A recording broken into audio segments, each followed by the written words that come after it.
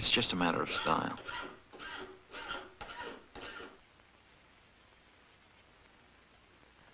There must also be some way of holding the ramrod in the groove cut for it. This is done by attaching short pieces of brass tubing called thimbles. These are bent out of sheet brass.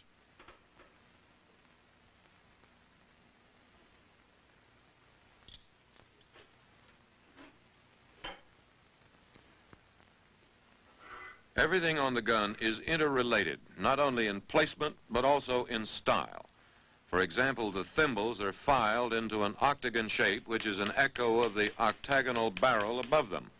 All the lines, moldings, and carvings are made to carry the eye smoothly down the length of the barrel. Mr. Gessler makes 3 thimbles to hold the ramrod.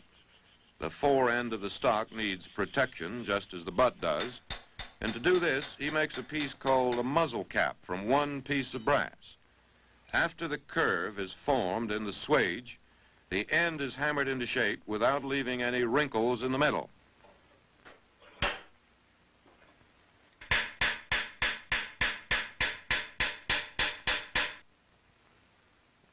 A stud dovetailed onto the end of the barrel is threaded to hold the muzzle cap on.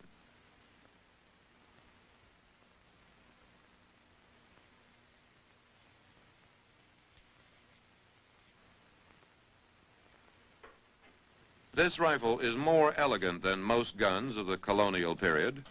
After the Revolution, embellishment became much more extensive. In either case, the style in carving wood, like that in engraving metal, was based on the use of C and S scrolls and shell, flower, and leaf patterns, though in carving the foliage tended to be more extensive and stylized than in engraving.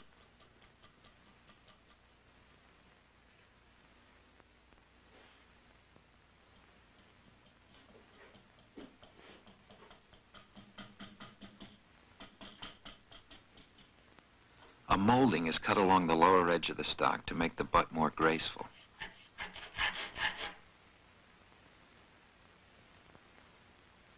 Cutting away the background smooth and flat is the most difficult part of relief carving.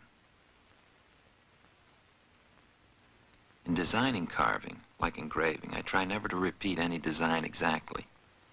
I like the carving to be different from gun to gun. This makes it more interesting for me.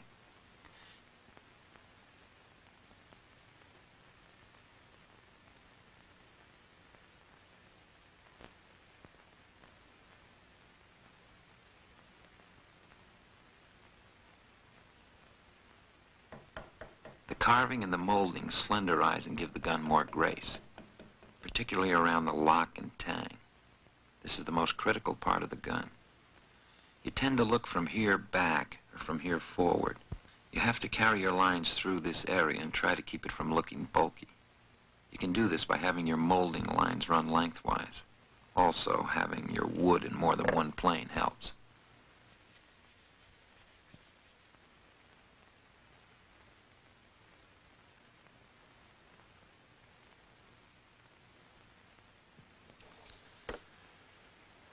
A 1776 ad in the Virginia Gazette runs, "Stolen from the subscriber on his march from Augusta to Williamsburg at New Kent Courthouse, a very neat rifle gun, the stock of sugar tree curled, made pretty dark by aquafortis."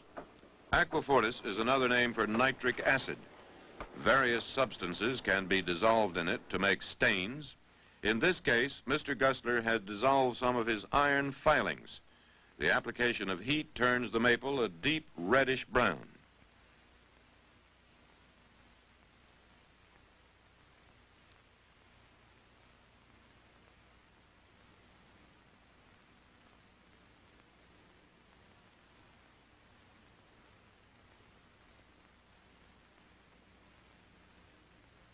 Linseed oil is rubbed into the stock and the excess wiped off.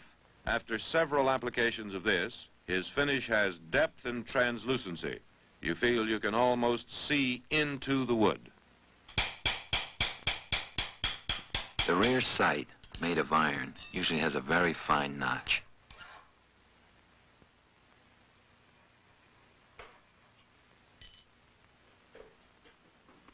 front or foresight is made of silver with an iron base. Some are made of brass, some of horn or bone. A light material is used because it shows up bright in the woods, especially early in the morning or late in the afternoon.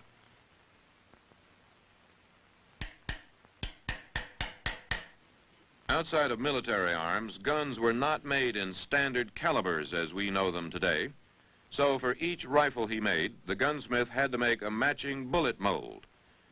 Calibers in the 18th century were designated by the number of bullets that could be made from a pound of lead. Here he is casting bullets to use in testing the gun and in adjusting the sights.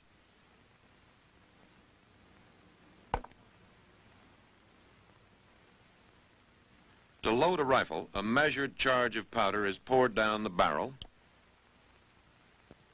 The patch is lubricated with tallow or moistened in the mouth and laid across the muzzle. The ball is placed on top of it and rammed down on the powder charge.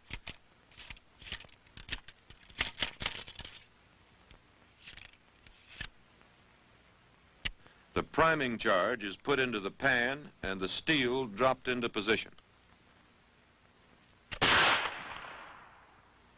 We have seen a remarkable craftsman do a remarkable thing.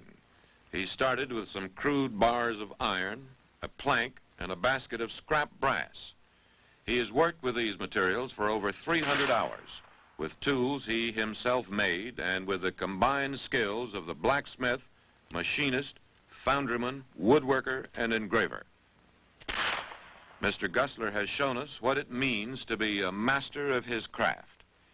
He has created a flintlock rifle like those that helped establish our independence and enabled free men to feed and protect their families in the wilderness. But there is more. This rifle is the work of a thoughtful and sensitive man who has brought many elements into a harmonious balance so that every part flows together with grace and style. For, like many gunsmiths before him, Wallace Gussler also believes a rifle can be a thing of beauty.